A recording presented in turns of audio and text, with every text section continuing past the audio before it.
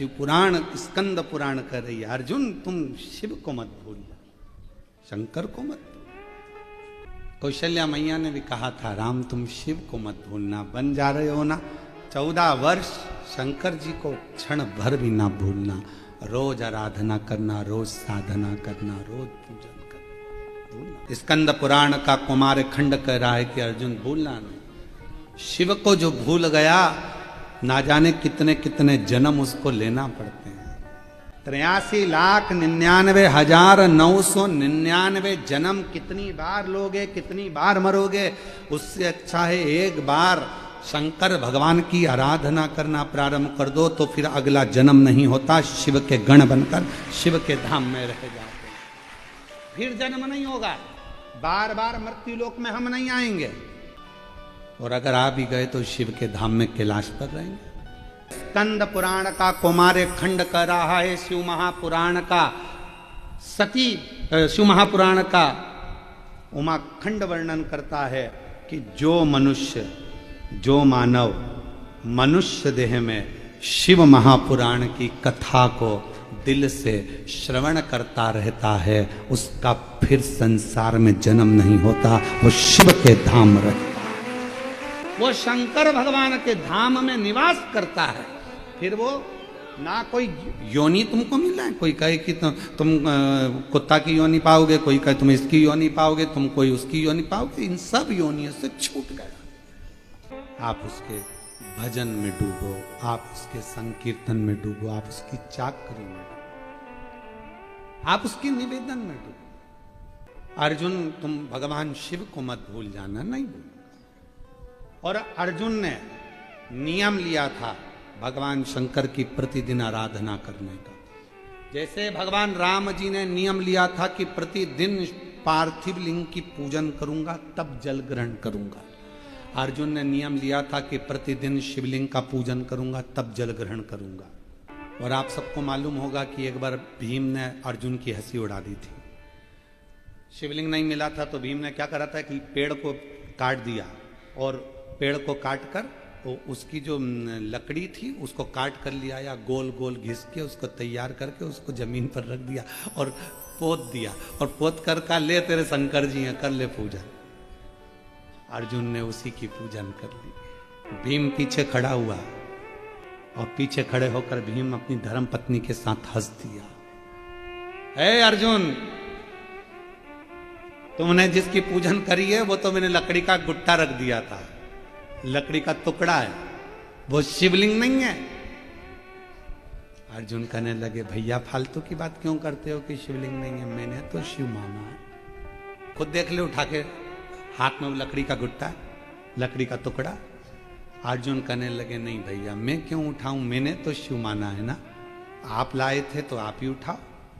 अर्जुन के सामने भीम ने उस लकड़ी के टुकड़े को उठाना चाहा, भीम ने पूरी दम लगा दी, पर वो लकड़ी का टुकड़ा रत्ती भर नहीं हिला, रत्ता नहीं। आखिरी में भीम ने अर्जुन के सामने शिव को प्रणाम कर कर कहा मेरी गलती थी। लोग कहते हैं ये कंकर है, हम कहते हैं शंकर है, लोग कहते हैं ये लकड़ी है, नहीं ये शिव है। जिस समय तुम्हारी दृष्टि में शंकर भगवान आकर बैठ जाएंगे, तुम अपने पति के साथ गाड़ी में भी निकल कर जा रही होगी, बस में, ट्रेन में, कहीं पर भी जा रही होगी, तो पेड़ के नीचे भी अगर कोई ओटला नजर आएगा, कोई चबूतरा नजर आएगा, तो तुम्हें यही नजर आएगा कि कोई शंकर जी बैठा है। शिव समा गया, नेत्र में, निगाह में शिव आ गया तो कहीं पर भी शिव दिखता रहेगा, शंकर है। शिव पुराण कह रही है, भगवान शंकर का चरित्र कह रहा है। अर्जुन भूलना नहीं, अगर आप तुम्हारे घर में शंकर का शिवलिंग है या सीहोर कुबरेश्वर धाम का कंकर है, उसकी भी आराधना आप कर रहे हो तो उसमें भी फल है। विश्वास शिव पर करो। क्योंकि उदारता किसको कहते हैं, शंकर की करुणा किसको कहते हैं, शिव उपासना किसको। शिव दिखने लगे हर जगह, हर घड़ी, हर पल, हर क्षण। विश्वास यदि शंकर पर है तो शिव दिखता। अर्जुन ने नियम ले लिया कि मैं, भगवान कृष्ण ने कहा है कि शिव की आराधना करना बिना आराधना के मतलब। अर्जुन ने नियम लिया जब तक मैं शंकर भगवान की पूजन नहीं करूंगा आचमन नहीं करूंगा शिव के जल का, प्रोक्षण नहीं करूंगा शिव के जल का, तब तक मैं कोई कार्य नहीं करूंगा। अर्जुन ने नियम लिया, लग गया। रोज प्रतिदिन अर्जुन किसी ना किसी शिवालय में पूजन करते, शिवालय नहीं मिलता तो पाषाण पूजन करते, पाषाण पूजन नहीं कर पाते तो पर्वत को शिवलिंग मानकर उसकी आराधना कर लेते, जल चढ़ाकर उस जल को अपने ऊपर छींट लेते, आचमन कर लेते। अब शंकर जी पे चढ़े हुए जल का कितना महत्व है, स्कंद पुराण कहती है। कौमार खंड वर्णन कर रहा है कि अर्जुन समुद्र तट, दक्षिण दिशा में समुद्र के तट पर पहुंच गए, जहां पर 5 तीर्थ विराजमान थे। 5 कुंड, 5 तीर्थ ऐसे थे जहां पर संत स्नान करने नहीं जाते थे। अर्जुन वहां पहुंच गए। संतों ने रोका, ये अर्जुन तुम 12 वर्ष का तप कर रहे हो, साधना कर रहे हो, तीर्थ यात्रा कर रहे हो, 12 वर्ष वन में रह रहे हो, पर इन 5 कुंड में स्नान मत करना। ये 5 जो कूप हैं, 5 जो तीर्थ हैं, इसमें जो जल है, जल के अंदर एक एक मगरी रहती है। मगरी मतलब मगर की पत्नी। मगरी जो अंदर जाता है उसको खींच लेती है, खा जाती है। पर अर्जुन ने हाथ जोड़कर संतों से कहा कि मैं बिना तीर्थ के यहां से जाऊंगा नहीं, स्नान तो मैं करूंगा, कुंड में शिव की आराधना करूंगा। अर्जुन, वो मगरी तुम्हें खा जाएगी। अर्जुन विचार नहीं करे रत्ती भर भी। स्कंद पुराण का कौमार खंड कह रहा है कि अर्जुन चलते चलते उस पहले 5 तीर्थ थे, 5 तीर्थ में से एक तीर्थ पर अर्जुन ने हाथ जोड़ा, नमस्कार किया, प्रणाम कर कर हर हर महादेव जैसे ही बोले और अर्जुन उस तीर्थ में कूद गए। जैसे ही अर्जुन तीर्थ के अंदर कूदे, वो मगरी ने पकड़कर खींचना प्रारंभ किया। वो अंदर ले जा रही है।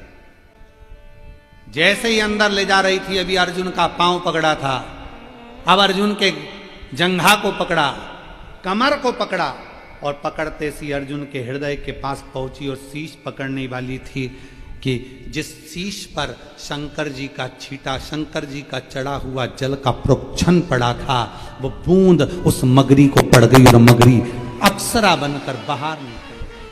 अर्जुन भी बाहर थे, वो मगरी भी अप्सरा बनकर बाहर, बिल्कुल सुंदर स्त्री बनकर, बहुत सुंदर स्त्री बनकर बाहर। अर्जुन ने पूछा, तुम कौन हो? बड़ी सुंदर हो। अभी तुम मगर के रूप में थी और अब इतनी सुंदर बनकर तुम सामने खड़ी हो कौन तुम? मगरी हाथ जोड़कर बोली, रे अर्जुन, हे पांडु नंदन, हे अर्जुन, हम 5 अप्सराएं हैं। मेरा नाम वर्चा है, दूसरी मेरी सोरमेयी है, तीसरी सामेयी है, चौथी बुदबुदा है और 5वें नंबर की लता है। हम 5 अप्सरा हैं। शंकर भगवान को जो तुम लोटा लेकर जाते हो मंदिर, शिव जी को मंदिर जो लोटा लेकर जाते हो, उस लोटे में इतना बल आ जाता है, शंकर जी पे जल चढ़ते चढ़ते चढ़ते चढ़ते वो लोटा इतना बलवान हो जाता है कि मान लो यदि घर में किसी व्यक्ति को बहुत तेज बुखार आ गया, डॉक्टर का इलाज भी चल रहा है, दवाई भी चल रही है, सब कुछ चल रहा है, पर उसका ताप, उसका बुखार कम नहीं हो रहा, तो उसी लोटे को पानी में डुबाकर उस पानी की पट्टी अगर उस बीमार व्यक्ति के सिर पर रखना प्रारंभ कर दीजिए, 20 से 25 मिनट के अंदर बुखार पूरा उतरना प्रारंभ हो जाता। वो पात्र, वो लोटा भी तपवान हो जाता। अभी तक अप्सराओं का कुछ नहीं बिगड़ा था, अभी तक अप्सराओं का बाल बांका नहीं हुआ था, संत को अपनी ओर आसक्त कर रही थी, अप्सरा का कुछ नहीं बिगड़ा था, अभी तक कुछ भी नहीं बिगड़ा, कुछ भी नहीं। अप्सराएं कह रही हैं, वर्चा कह रही है कि नंदन वन में जो शिव की भक्ति में जो संत लगे थे, उनको हमने कष्ट दिया, अपनी ओर आसक्त करा, पर आसक्त करने के बाद भी वो हमारी ओर नहीं आए। तब हमारे मन में भाव आया, पात्र रखा था जिससे वो जल चढ़ा रहे थे शिव को, और उस पात्र में बड़ा बल होता है, बहुत बल। जैसे आज सारी जितनी पूर्णिमा होती हैं, उन पूर्णिमा में आज की जो पूर्णिमा है शरद पूर्णिमा, वो बहुत मायने रखती है। हम फिर निवेदन करेंगे, आज की जो पूर्णिमा है प्रयास करो भोलेनाथ जी को एक श्वेत चावल का दाना शंकर भगवान को समर्पित जरूर करो। और रात्रि के समय पर जब चंद्र पूर्ण आनंद के साथ में हो, और यदि कोई शरीर में बहुत ज़्यादा कोई रोग ग्रसित हो गया है, कोई चर्म रोग हो गया है, कोई शरीर में कोई भयंकर रोग हो गया है, तो छोटी सी बेलपत्र शंकर भगवान पर चढ़ी हुई चंद्रमा की रोशनी में चंद्रमौलेश्वर महादेव का नाम लेकर औषधि के रूप में उसको चबा चबा कर खा लो चंद्रमा की रोशनी में, उससे वो औषधि का काम करेगी और तुम्हारे रोगों को समाप्त करेगी। चंद्रमौलेश्वर महादेव का स्मरण करो। कौन से महादेव?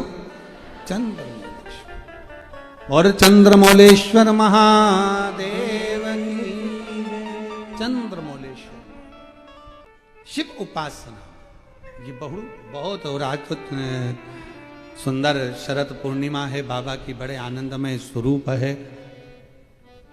चंद्र की रोशनी में आप लोग तो खीर खाते ही हो, पर साथ में एक बेलपत्र का प्रयोग भी जरूर कर कर देखो, वो आपकी जिंदगी में ना जाने कितने रोगों को समाप्त कर देगा, कितने रोग।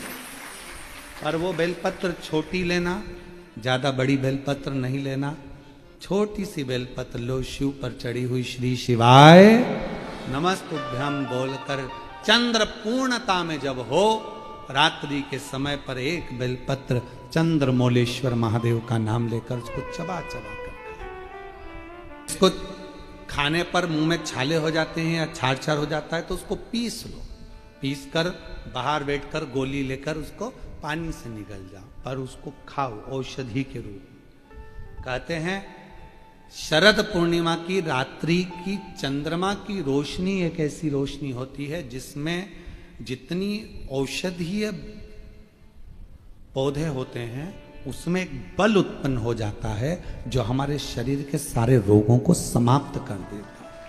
सारे आपके यहाँ खीर रखते हैं, हमारे यहाँ हम हमारे कुबेरेश्वर धाम पर बेलपत्र रखते हैं रात्रि के समय पर, और वही बेलपत्र जब कोई बहुत ज़्यादा तकलीफ में होता है तो वही बेलपत्र का चूरा बल सूख जाती है उसको दे देते हैं, भाई यही पाते रहो, वो औषधीय तत्व है। आप लोग छत पे खीर रखो, हम बेलपत्र रख देते हैं अमृत इसमें, वो तो पहले से ही तो बेलपत्र और बलवान हो जावे और आनंदित हो।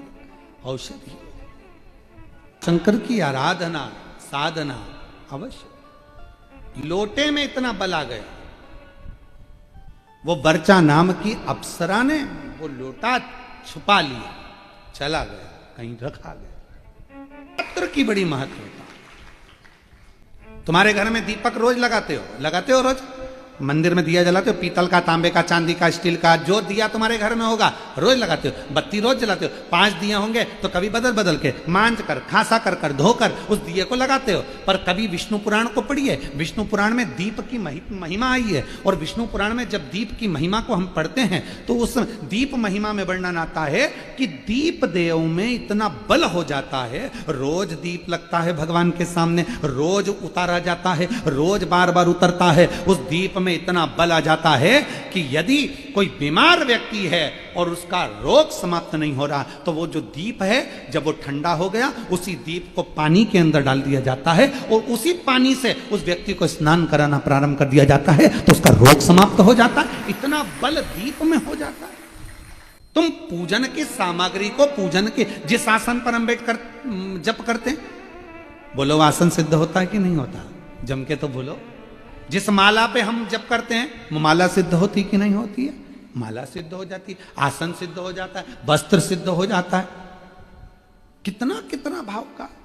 शास्त्रों का अध्ययन करने वाला व्यक्ति इस सब चीजों पर स्मरण करता है कि दीप हम कहते हैं तुम्हारे घर में ज्यादा दीपक बढ़ाने की जरूरत नहीं है, जो तुम्हारे यहाँ 4-5 दीपक हैं उसी से आरती पूजन सब करा करो, उन दियों से, क्योंकि वो दीप में बल आते चलेगा, वो दीपक में शक्ति आती चलेगी। नजदीक है भगवान, कितना बल आता है जरा विचार करिएगा।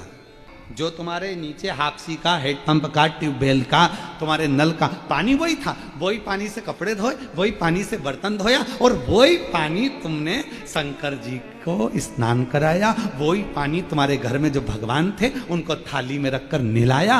अब बताओ, जिस पानी से तुमने स्नान कराया वो पानी को तुम बाथरूम में फेंकोगे, नाली में फेंकोगे, गटर में फेंकोगे? नहीं, उस पानी को ले जाकर तुम कहीं पेड़ के नीचे, क्यारे में, तुलसा में, जहां अच्छी जगह होगी वहां डालोगे।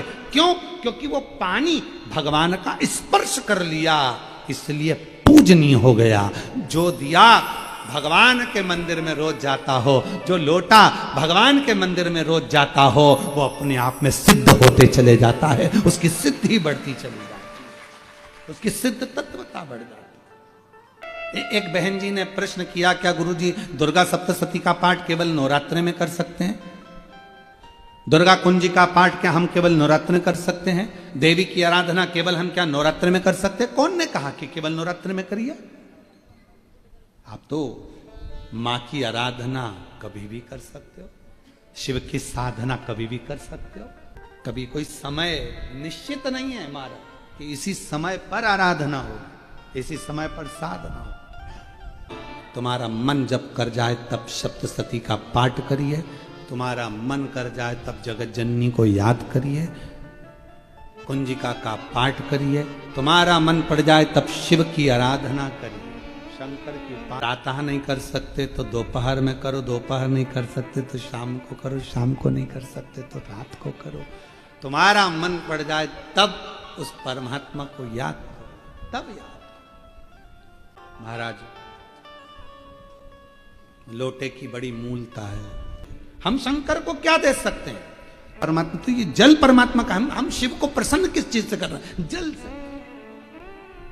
और शिव जल से राजी क्यों हो जाते हैं? क्योंकि जल शिव का है, शंकर ने दिया है, शिव का अपना है, वो आपको देना है। कितनी बड़ी बात है कि शंकर जी पे चढ़ा हुआ जल, जब हम आप लोग मंदिर जाते होगे, झेल कर थोड़ा सा जल लाते होगे, घर के दरवाजे पर छींटते होगे, घर में सब पर छींटते होगे।